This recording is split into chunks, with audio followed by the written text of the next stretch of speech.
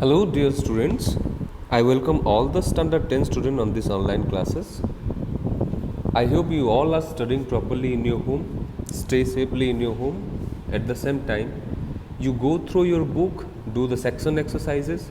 Already we have discussed so many question answer from the section exercises also, and I hope all of you have understood that one. Even if you have not understood something, then you can listen that video again also.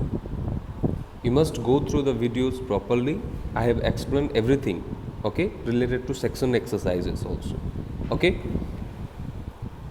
And I hope you all are studying also, because you all are getting lot of time in your home, and you must utilize that one also. So last class already we have discussed about machines, then velocity ratios, efficiencies, then relationship between efficiency, mechanical advantage and velocity ratio. Then principle of a machine also we have already discussed, okay. And I hope all of you have understood that one. Today we will be going to discuss about levers and principle of levers, okay. So without delaying, let's get started this one. What is lever? A lever is a simple machine. See, here also, as I said that machine means which makes our work easier. What we cannot do, by the help of our machine, we can do that work also, okay, which makes our work easier. That's why that one is called as machine only. So some simple machines are there and some complex machines are also there, okay. So here in chapter 3 we are reading about simple machine only, okay. So a lever is a simple machine, that is a rigid bar which can turn about a fixed point, is called the fulcrum. We use various types of levers in our day-to-day life. With the help of a lever we can lift heavy loads by applying a small force. Yesterday already I have explained that one, okay. On the blackboard already I have explained, and I hope you have understood that one also, okay. The object to be moved or the resistance to be overcome by a lever is called the load, and the force applied to move the object is called the effort. The distance from the fulcrum to the load is called the load arm, and the distance from the fulcrum to the point of applications of effort is known as the effort arm. And for an ideal lever, load into load arm is equal to effort into effort arm, okay. Already I have explained that one. Whatever the work we are performing on the machine, that one is the input work only, yes. Then the machine will perform some work on the load to overcome it also, okay. That one is the output work only. If we are applying force on the machine, then that one is called as, that force is called as effort only, yes. And the machine will perform some work on the different objects. That objects can be treated as the load, and the distance from the fulcrum to the load is called the load arm, and the distance from the fulcrum to the point of applications of effort is known as effort arm only, okay. And the principle of levers means the load into load arm is equal to effort into effort arm. So whole of the exercise is based on this principle of levers only, okay. So load into load arm is equal to effort into effort arm, simple one only. Then fabulous fact, it is given that you can see that a weighting scale or a balance works on the principle of levers. Most of the balances are levers with equal arms. The principle of levers is also used to design different types of weighting machines. For example, a steel yard and a platform balance. The steel yard is a lever of class 1 whose one arm is much smaller in comparison to the other. The balance is supported at the fulcrum by means of a hook. The arm from which the unknown load is suspended is very small. A movable standard weight slides over the long arm, which is usually graduated in kilograms. Thus, a heavy load placed at a very small distance is balanced with a small weight placed at a large distance also. See, about that principle of movement, we know that how to balance. Okay, so the weighting scale or a balance also works on the principle of levers. That means one fulcrum will be there, and the either side of the fulcrum, in one side that load will be present, and in another side what will be present, that effort will be present, where we have to apply some force also. Okay, so simple one, only one movable weight will be there that can be moved through the scale. Yes, and an unknown weight will be there which we can balance by moving that movable weight here and there. Okay, so when it balanced at that time, that much will be the weight of that particular object only. In that way we can calculate. Okay, simple one only. So here in figure 3.1 it is given that a weighting scale. Okay, so then mechanical advantage of levers. See, mechanical advantage of machines already we have discussed. Okay, now mechanical advantage of levers. The principle of levers can also be written as load by effort is equal to effort arm divided by load arm, because you know that one, load into load arm is equal to effort into effort arm. That is the principle of levers.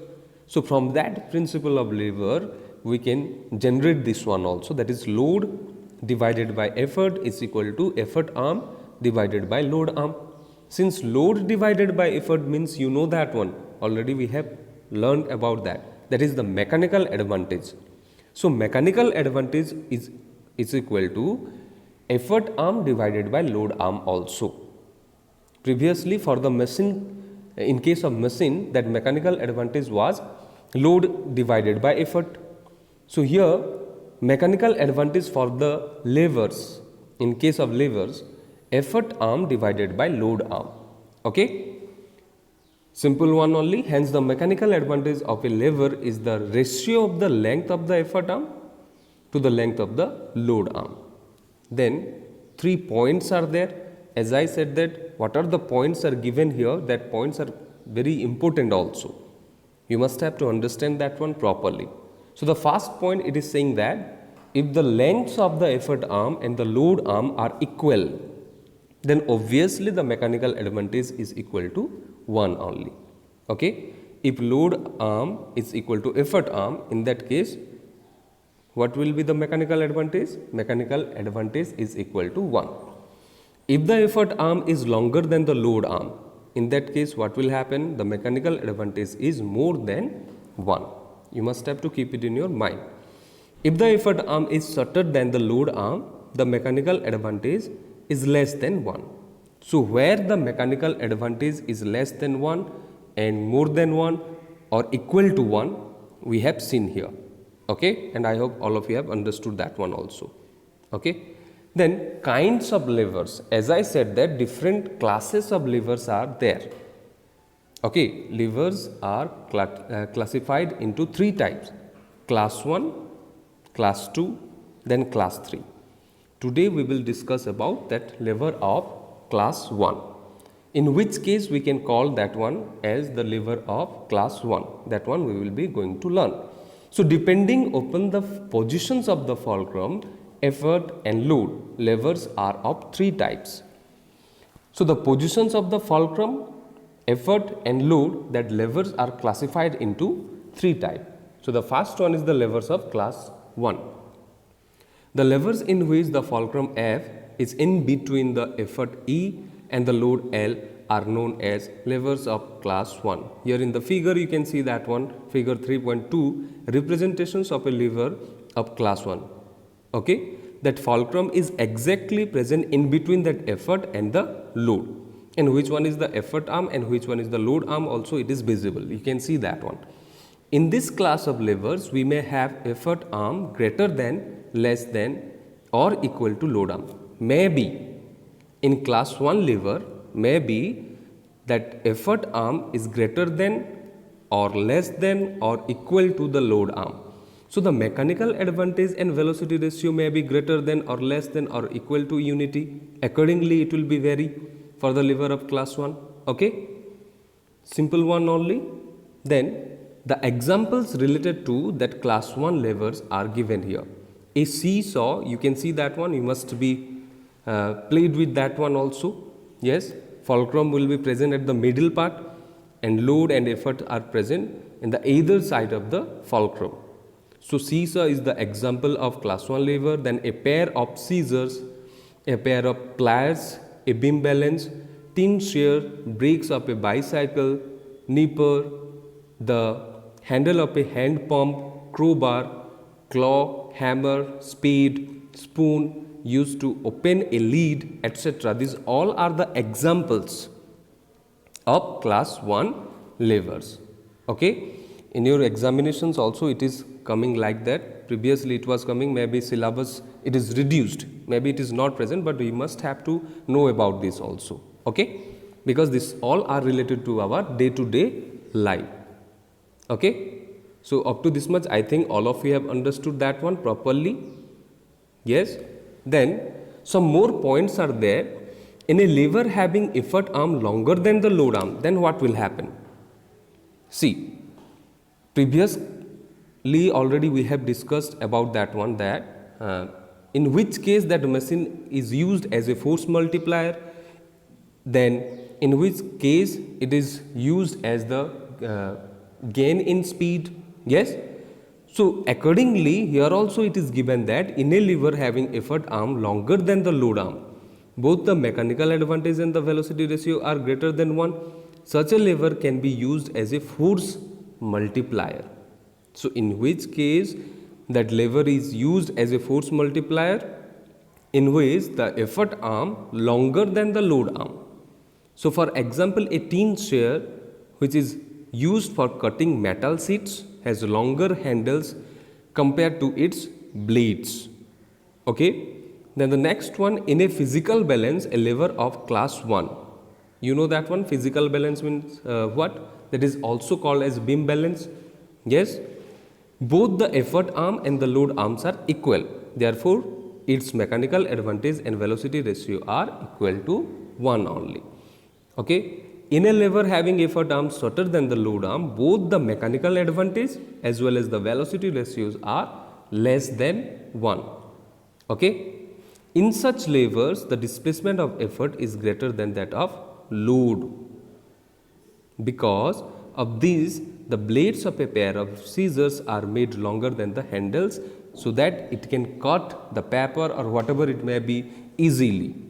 Okay, so up to this much I think all of you have understood. Again you must go through your book also, it will be good for you. Okay, thank you.